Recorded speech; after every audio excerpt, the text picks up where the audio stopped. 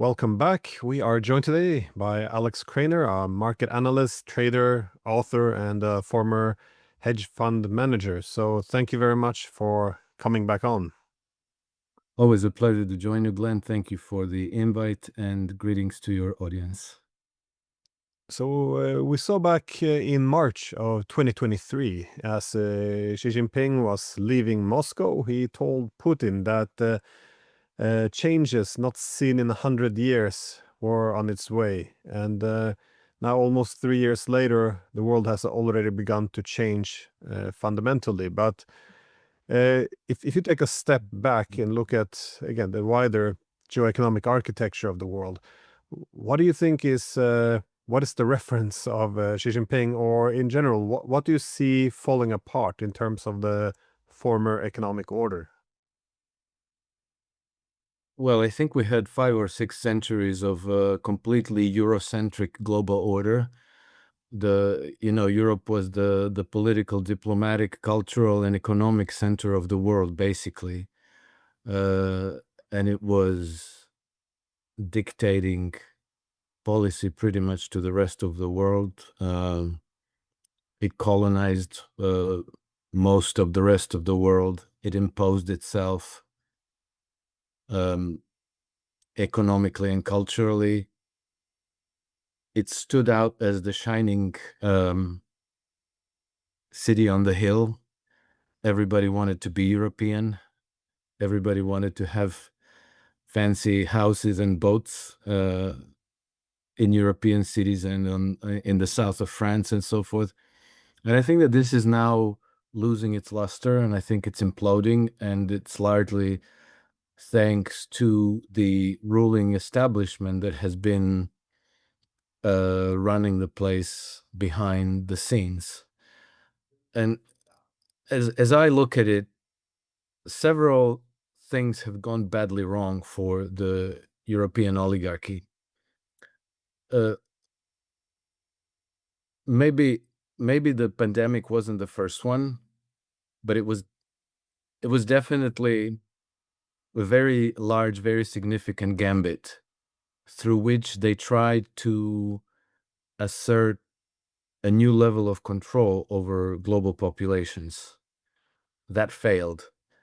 New normal.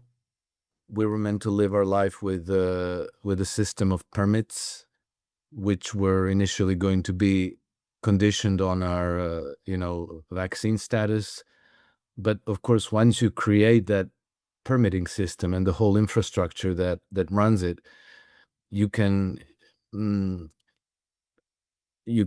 introduce any kind of other measures that could be added to the permitting system. And that was going to be controlled through server farms run by the European Union. And it was going to apply to all countries of the world, enforced by the World Health Organization and UN. And of course, all the imperial nations like the United States, Britain, France, the European Union in general, and everybody would have had to submit. That fell apart. So that was a big, massive setback. Then the next massive gambit was the war in Ukraine, which I think was always going to be very risky, but they prepared it in the best way they could. They were going to provoke Russia into intervening in Ukraine. This was supposed to become a quagmire for Russia. It was supposed to do the same to Russia as Afghanistan did to the Soviet Union. And then, in addition to the war, to the actual hot kinetic war, they prepared the largest set of sanctions ever imposed on any country in the history of the world. So that was supposed to break Russia's economy and lead to the toppling of Vladimir Putin's government, probably bringing back some kind of a Western-aligned government, maybe like Boris Yeltsin or some other candidate. And so that failed as well. And as that was failing, I think their plans B, C, D, and so forth, where all these other regional conflicts, where they wanted to create a second front for Russia. One of them was going to be Georgia. That failed. I think they played very heavily on the Balkans. For the time being, that failed. And that failed largely thanks to Donald Trump. This is not on anybody's radar. This is not in the news.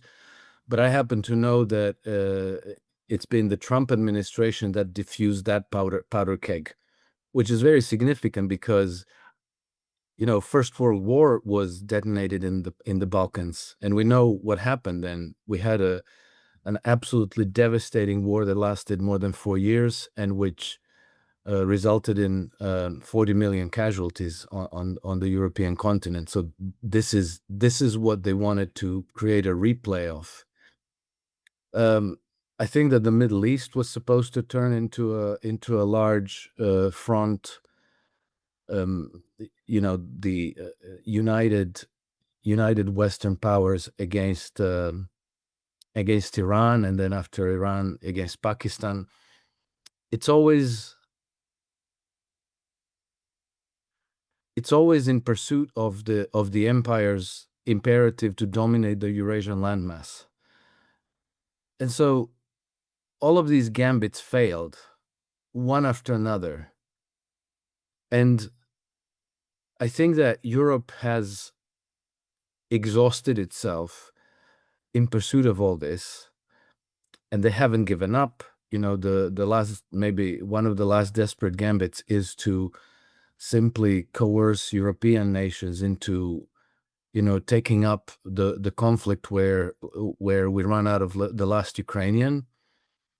So we see frantic preparations for war going on in Finland, Romania, Moldova, in Germany, in France.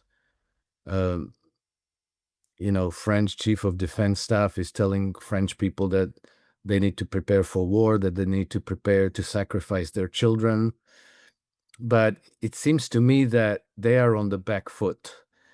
And I think that this last play that we've seen with the 28-point plan for peace between, not only between Ukraine and Russia, but generally peace between Russia and the West, is threatening to put the last nail in the coffin of their ambitions. And so now we see an absolutely frantic struggle to avoid this peace at all costs. But peace is being pushed by very strong players with very strong cards, namely Russia and the United States. And it's being opposed by very weak players with no cards to play, because the Europeans simply don't have the capability, either economically or politically or militarily, to start the war against Russia at this point. Not only that, but the leaders of the whole idea is very unpopular with the population, and the leaders who are pushing for this war are all very deeply unpopular in their own countries, namely Starmer, Macron, and Friedrich Merz. And then, it seems to me that the Americans, the Trump administration, are exerting growing pressure on all of them, including the Ukrainians, with these anti-corruption probes, because they control the two agencies that are investigating corruption in Ukraine. I think they have the receipts, and the 100 million embezzlement case, which practically splintered Vladimir Zelensky's informal coalition, of his nearest collaborators, is only the tip of the iceberg.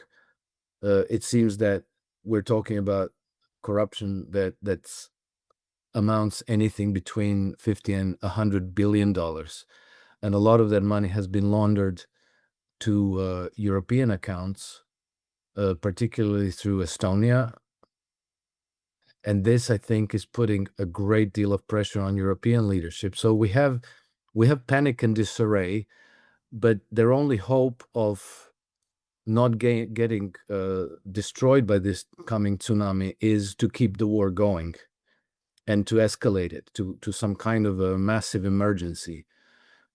At the moment, it seems to me that they are on the losing side. And I think that the only way that they could turn that around would be something extraordinary and spectacular, like a large false flag attack, and possibly an escalation of total war against Russia. I think that by now a large-scale false flag attack it has been anticipated not only by many people in European countries, but also by their opponents. And I heard from Martin Armstrong, who said that he spoke with people in the Trump administration, and he told them that they're preparing a false flag attack, and they said, yes, we know. So I imagine that there might have been a warning from Trump administration to maybe to London or to other capitals in Europe to say, don't you dare stage a false flag attack. We know what you're up to. I think that there's a chance. I think that there's a good chance, in fact, that this peace will prevail, that it will take hold. And I think that if it does, it's going to result in very fundamental changes and reforms for the European Union. I think that the current leadership in Germany, France, and Britain is probably not going to survive for much longer. And then, all the warmongering parties are going to lose their argument, because part of this 28-point peace deal is that Russians would have to make a commitment not to attack any other countries after Ukraine, and that they are supposed to pass a law through their legislation affirming that they will not attack any other countries after Ukraine. And if that happens, then all these people who are crying, the Russians are coming, are simply going to lose their credibility, and nobody's going to believe them. So then there's going to be a question. So why are we preparing for this war? Why are you fomenting fear and psychosis among the people if the Russians passed a law saying we will not go any farther from here? And then there's also going to be a very, very contentious issue of Russian frozen assets. And I predicted already after the Alaska summit in August that issue is going to become a major problem for the Europeans, because to me it's such an obvious move for the Russians to transfer those assets into the custody of the United States. I don't know whether the Federal Reserve or a U.S. sovereign asset fund, or probably they will create a new fund where the Americans are going to contribute and the Russians are going to contribute their assets, and the Europeans are being asked to contribute $100 billion. And then these assets are going to be deployed and invested with Russians on board, rather than Europeans taking full control of them and just putting Russians in front of the fait accompli. Guess what? We used your money, and then we're gonna finagle some kind of a reparations bill for you, and then we're gonna just simply confiscate them on account of those reparations. With the current 28-point peace plan, that is not how it's going to play out, which means that the Europeans are going to lose control of their money. Now, if the Russians said, please transfer this money to such and such fund in the United States, the Europeans would refuse. But if Trump says, do as you're told, they're not going to be able to refuse. And I think that's going to finally lead to the unraveling of the European Union and NATO, or at the very least, a very, very thorough reform of the European Union. Yeah. Regarding the corruption scandal, though, this is really also intensifying. I'm not sure if you followed the news, but this morning, Ukraine's anti-corruption, that is NABU, the National Anti-Corruption Bureau of Ukraine, it's now searching the home of Zelensky's chief of staff, Andriy Yermak. He seems to have been immune to any consequences or transparency. So this is quite an interesting change of development. But how do you see, though, is it set in stone, the United States trying to pivot a bit away from the Europeans and end the war with Ukraine? Because back on the 18th of November, we saw ATACMS strike airbase deep inside Russia. I think it was 180 kilometers inside. This is an American attack on Russia because there's no way those ATACMS were launched only by Ukrainians. And similarly, one sees that in this peace deal, the 20, well, they keep reducing the points in this peace deal, but we also see people like Marco Rubio seeking to, I guess, tilt it more towards the European position, which is a forever war. So do you see the infighting within Washington? Well, they don't seem to be marching intact, though. Well, no, they're not. But let's keep in mind, Trump has been in power for what, 10, 11 months now? That's it. I don't think that that's enough time for him to take airtight control of his administration. So there's a lot of people who are overtly or covertly against his policies and will seek opportunities to sabotage him. With regards to ATACMS flying into Russia, I don't think that that's possible to stop that overnight, because it's you have British, German, Polish military personnel there in charge. You know, it's not fully controlled by the Americans. So a lot of American weaponry is under NATO control and not under American control necessarily. So I think it's possible that you have certain units that are that are not directly under Washington's control, but rather under NATO control. And it might also be that I'm going to speculate here a little bit, that the Russians themselves don't necessarily want the war to stop today, because they're winning, and either they would need the Ukrainians to make a massive withdrawal from Donbas and Zaporozhye, or they want to continue fighting, because for the Russians, territorial gains are not a priority. Their priority is to destroy the enemy forces, so that they end up with no armies, with a broken military system, and disarmed largely. So let's say this relatively low level warfare may, in a way, suit them strategically in the longer term. That is, to keep the Ukrainians still fighting.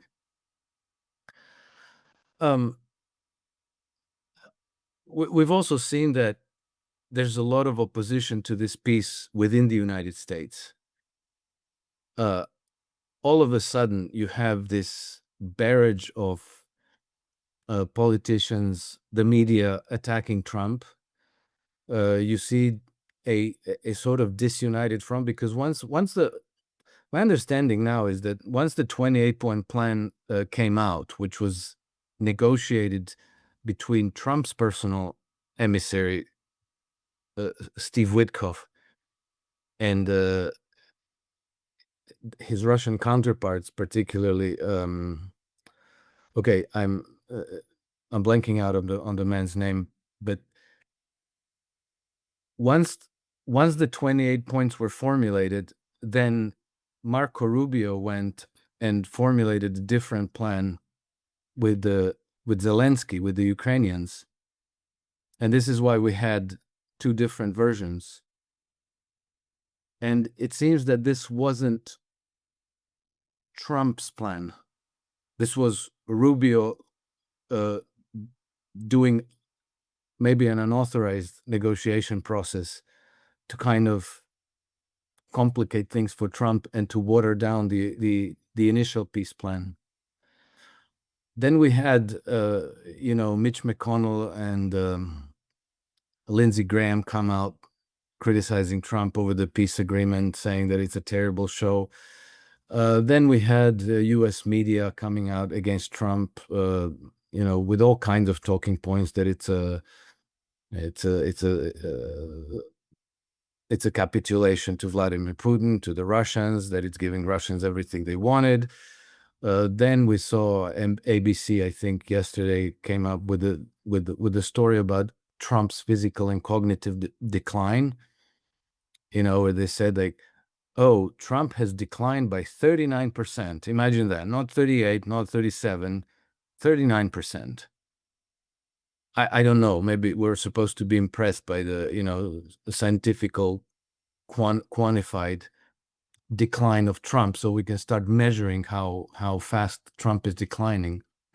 But it's all obviously it's a reaction to the peace plan, because there are very powerful factions in Europe, but also with their counterparts in the United States, who want the war to continue and who want the war to escalate. And so they're now in a panic that peace might break out. To answer your question, whether the Trump administration is going to diverge a little bit from Europeans, I think it's a total divergence. I think you can't diverge a little bit. I think it's either or. Either you're with them or you're against them, because it's always been the choice between two systems of economic governance and also political and geopolitical governance. And one of the system is the imperial system that seeks to turn every other country into a colony. And the other system is the system of sovereign nations that look to internal economic development. You can't be halfway between one and the other. You can be a little bit imperialistic, but focus on domestic developments. So I think that Trump has to break with that, and I think that he is trying to break with that. But obviously, the people who benefited the most from the imperial open trade system are today the most powerful people in the United States, who realize that their privilege is about to be taken away from them. So there's going to be a huge reaction to that.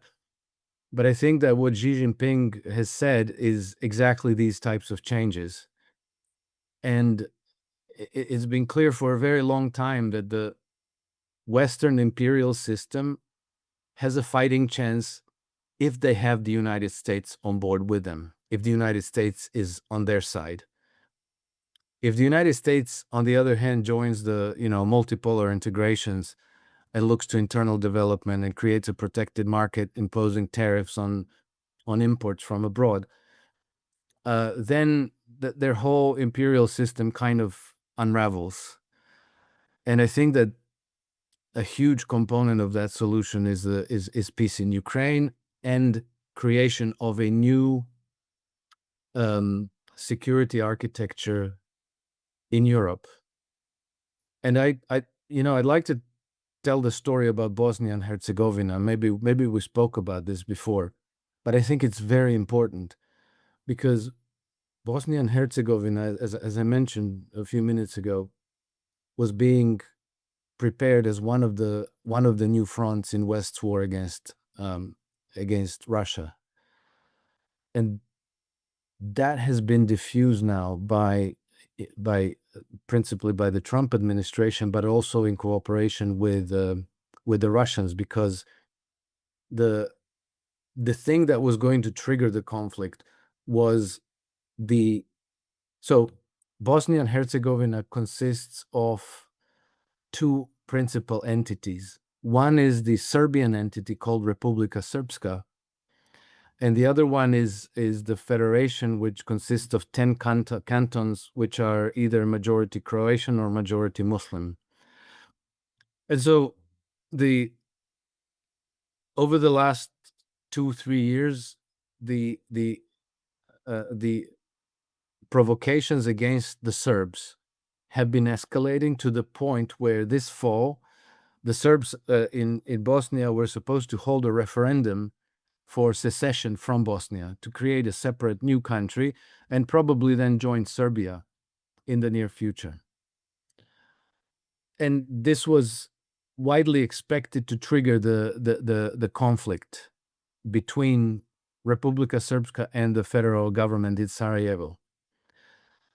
If that happened, almost certainly Serbia would get drawn into the conflict and Croatia would be drawn into the conflict. Croatia is a NATO member nation.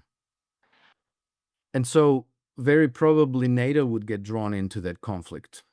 And so now you would have NATO against Serbia and Republika Srpska in an actual hot war. Russia would not be able to stay neutral in that case. So there you would get the second front. And then, if the same dynamics played out as in World War I, you would get like a general European war, World War III, basically, on the European continent. So what the Russians have done, they have exerted their influence among the Serbs to tell Milorad Dodik, the president of Republika Srpska, well, he's no longer the president, but he was at the time, they asked him to please stay within the Dayton Accords, which is, how war in Bosnia and Herzegovina stopped in 1995, and the new nation was constituted. They told him, please stay within the Dayton framework and don't hold your referendum. And so the Serbs said, okay, fine. And then the Trump administration apparently basically just took over in Sarajevo, because the dominant force in Sarajevo up until Trump administration was were the British. And the British were the ones who were kind of instigating the escalation to a new war. And I spoke 3 weeks ago to a member of the government of the Republika Srpska, and he told me that things have calmed down since Trump came into office, that the situation is like day and night, before Trump and with Trump in power. And from a Serbian politician, the feedback was that it's like living on a different planet. So we had a complete change in a country that's actually a powder keg in the heart of Europe, that was being rigged to erupt into a war deliberately, as we're running out of the last Ukrainian, to create a new war front and to draw Russia into it. So in a way, cooperation between Russia and United States successfully preserved the peace in the Balkans. This is not being discussed in the news, but it's a real story. It's a very important story, because we know how World War I went.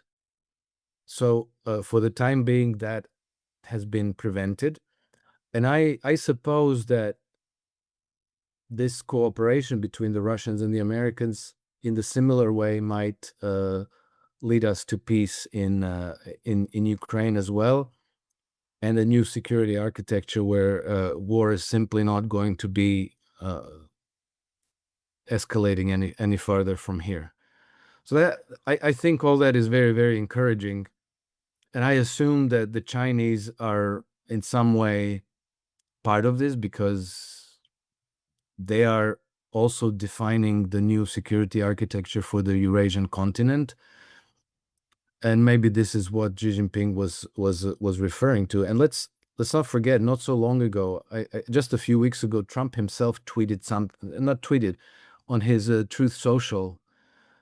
He posted something quite kind of mysterious sounding at the time, but he said something like, "Nothing can stop what's coming. Everything will be revealed very soon." Something to that extent. Not exact those words, but very definitely he said something. He definitely said that nothing can stop what's coming. Now, we don't know what that is, but this may well be it. This pressure to end the war between Russia and Ukraine, and to end it in a way that douses the flame of war for the whole of Europe. Because if that kind of peace is signed, I don't think any European nation would dare to try to provoke an escalation of the conflict. I'm glad you brought up China, because again, these were the changes not seen in 100 years, were the words of Xi Jinping. So it's not just well, any serious observer can see that the Western-centric security architecture is not just in decline; it's collapsing. That is the technological leadership, the industrial dominance, the control over the key physical transportation corridors, currencies and banks, and of course, where's the productive power? Who has the savings? I mean, no matter what variables you look at, economic, you see that it's falling apart, and we also see how this manifests itself in both social and economic instability. But I assume that Xi Jinping in his mind had also what is coming in its place. So, what do you think, what are you observing in terms of the economic architecture, you think, which is or what do you think is referring to? What is coming in its place now that you see essentially what he was talking about less than 3 years ago, starting to come into fruition? Well, when you look at the contrast between these two systems, the British system of free trade, where goods and capitals go everywhere around the world with zero obstacles and zero fees and tariffs and taxes, and you contrast that system with a system of national productive economies, the American system. You see that the system of open trade basically creates misery everywhere around the world and permanent warfare. And the contrast with the system you can see from the development of the Chinese economy, which has applied effectively the American system. And you see it through history over the last 200 years. The United States has applied the American system in the 19th century, which turned the United States from a patchwork of backwards colonies into a world's leading superpower. The Russians have applied their own version of the American system. And also, at the end of the 1990s, Russia was a complete and total basket case. Today, again, it is a superpower to be reckoned with. And in purchasing power parity terms, it's number 4 economy in the world. The Germans have applied the American system in starting from the 1870s, and they became the most powerful economy in the world. Not only they had an endogenous population growth because as people were being more prosperous, as people had better jobs, better standard of living, better career prospects, the population grew without great immigration from 40 million in 1870 to 60 million at the start of World War I. And so I think that once this old colonial system the balance of power that the British exercised for the last 200-300 years, the constant warfare, I think once this all winds down, once it's brought to an end, I think we're going to see similar cases that I just enumerated, China, Germany, United States, Russia. You're going to see that everywhere around the world. The Chinese lifted 850 million of their citizens out of poverty. They are the development that they are pursuing with respect to global South is having the same effect in the global South. I think that just last year or in 2023, I forget, something like 200 or 250 million new quote unquote affluent consumers were being added to the global economy. And I think, speaking off the top of my head, but there's like a certain threshold, maybe like $5,000 a year, that that's the definition of an affluent consumer. So if a person earns $5,000 a year, they come into this category. And so just in 1 year, about 200 million of them were added to the global markets. So, what that means is that you have hundreds of millions, maybe several billion of affluent consumers in the global marketplace, which means that, it's a very fertile ground for economic development everywhere, because if you're an entrepreneur, if you produce some good or service, there's a huge colossal market out there where you can try to sell it. And with the development of new payment methods and when people break the shackles of Western financial control and SWIFT and all of these things, then there's going to be much, much fewer barriers for this. Maybe there'll be tariffs, but still, any participant in this global economic game will have a massive market that they can bring their business to. So I think the future holds great promise of a completely new level of prosperity that we haven't really seen in the last few centuries, and maybe an architecture that protects permanent peace rather than living with permanent wars. Yeah, people, I think after the whole Cold War rivalry between capitalism and communism, people see the alternative to free trade, essentially, yeah, just to be communism. They only have those two, two options. People often forget that within the United States as well, it was common to refer to free trade imperialism of the British. And the alternative to free trade was fair trade, effectively building on Yeah, a lot of these exactly. economic nationalist ideas. I thought it was very interesting. Trump used that word a lot, especially during his first term. That is fair trade.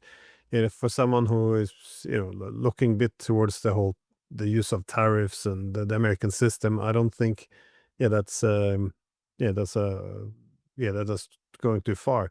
Let me just ask as a last question, though. That is, of course, the security architecture in Europe is, to a large extent, the source of this war.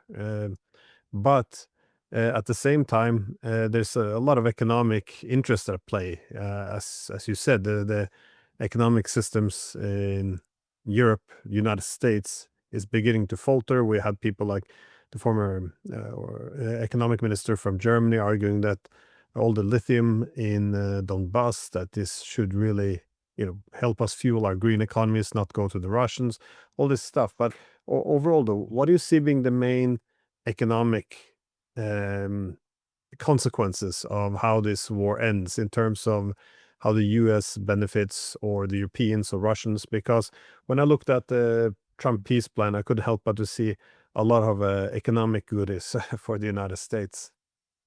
Yeah, I think you're right about that. I think that the United States is probably going to be participating in all the developments, in not just in Ukraine, but I think that in the 28-point peace plan, there's an explicit mention of using this reconstruction fund for Ukraine for broader investments in the region, and that it would be used to deepen the cooperation, the bilateral cooperation. It doesn't name what exactly it is, but it's obvious that the bilateral cooperation they are referring to is between Russia and the United States. So, that gives the United States a great deal of possibilities to grow their economy. I think that the people who are in real trouble are the Europeans, because they have practically committed an economic suicide, and they are still clinging to the consequences of that, and they want to double down on it. So I think that what's going to happen is that, because they were really betting the ranch on winning in Ukraine, and they had their eyes on not only the Russian frozen assets, but an estimated 10 to 12 trillion dollars of worth of Ukrainian wealth, natural resource wealth. We know that I think in January of this year, Keir Starmer went to Kiev and signed a secret deal with the Ukrainians that would give Britain control of key parts of Ukrainian infrastructure, like energy production, ports, and certain energy resources and so forth. We don't know exactly what's in it because it's secret. But I think that they're going to lose access to these things, and they're going to find themselves. They already have a shortage of collateral, and now it's going to be even worse because they're not going to get their hands on Ukrainian resources, and they're not going to be able to retain Russian frozen assets, and so they have no good collateral left to fuel a new credit cycle, which means that you have to use lower and lower quality collateral to do that, to create financial liquidity to keep your markets from grinding to a halt. And so basically you get the same syndrome that we've seen in so many countries around the world in the past, where they just go into money printing backed by nothing. And that reliably leads to stagflation. So the economy remains stagnant while inflation runs out of control and sometimes reach hyperinflationary proportions. So I think that the economic consequence is going to be stagnation for Europe, and a collapse of the euro, collapse of the British pound, and probably collapse of their bond markets. The value of their bonds is going to collapse, meaning that the interest rates are going to skyrocket. I don't know to what levels, but I wouldn't be surprised if in the next 5 years we see interest rates reaching 15-20% in Europe and in Britain. I think arguing that the Russians will march on Paris, I think it's good for propaganda and headlines, but behind this, but behind all this crazy rhetoric, I do think that there's economic interests which are really fueling a lot of the reluctance to pull back from this war. Yes, absolutely. There's no doubt about that. That's how it's always been. I mean, like the whole idea that Europeans are all hung up on democracy and freedom and human rights. That's simply a cover, a wrapper on the whole project that makes it acceptable to the public. Because if you tell them, oh look, these evil Russians, they invaded Ukraine totally in a completely unprovoked way. They're the aggressors, and we want to defend Ukrainian freedom and democracy. We want to preserve Ukraine as an independent democratic nation. Blah blah blah. That sways a lot of public opinion to sympathize with Ukraine, to be opposed to Russian action, and to support their government in their measures. If people knew that it was about resources, that it was about collateral, that it was about colonizing Ukraine, which was the idea from the start already. If you read the EU accession agreement from 2013 that Viktor Yanukovych declined to sign as it was practically a complete surrender to Brussels that would literally turn Ukraine to a colony of Western Europe. They would lose complete. There was like 1,000 pages of EU directives that the Ukrainians would have to apply without any questions, without any leeway. Not only that, they would be committing to applying all future EU directives, even though they would have no say in the content of those directives. So that would literally turn Ukraine into a colony of the European Union, and that's still the idea. But if you said that to the public, it would be unacceptable. So you have to speak about human rights and peace and democracy and freedom and things like this. But it's never ever about that. I mean, people like Ursula von der Leyen and Friedrich Merz and Emmanuel Macron, you can see how well they respect human rights and democracy in their own nations. If people choose the wrong candidate, well, they attack them with lawfare. They find ways to cancel their elections. And we had in the Czech Republic, a new government was voted in. Well, they're still not in power. They have still not been given the cabinet posts to actually take charge of the country under a whole variety of pretext, excuses, justifications. But people chose a new government, and the old government is still in power. A bit like France. A bit like France, a bit like Germany, a bit like Romania, a bit like everywhere, in fact. So this is how much respect they have for democracy. So clearly they're not defending democracy in Ukraine. Yeah. Well, for any listeners, I would recommend to go back and look at the proposed agreement that the EU was giving to Ukraine back in it was November of 2013, because when the Russians opposed it, and even when Yanukovych opposed it, it was treated as a trade agreement with some student exchanges.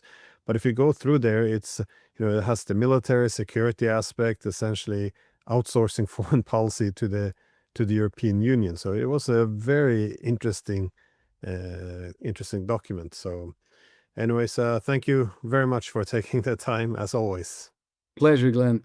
Good to join you. Have a nice weekend, and until the next time.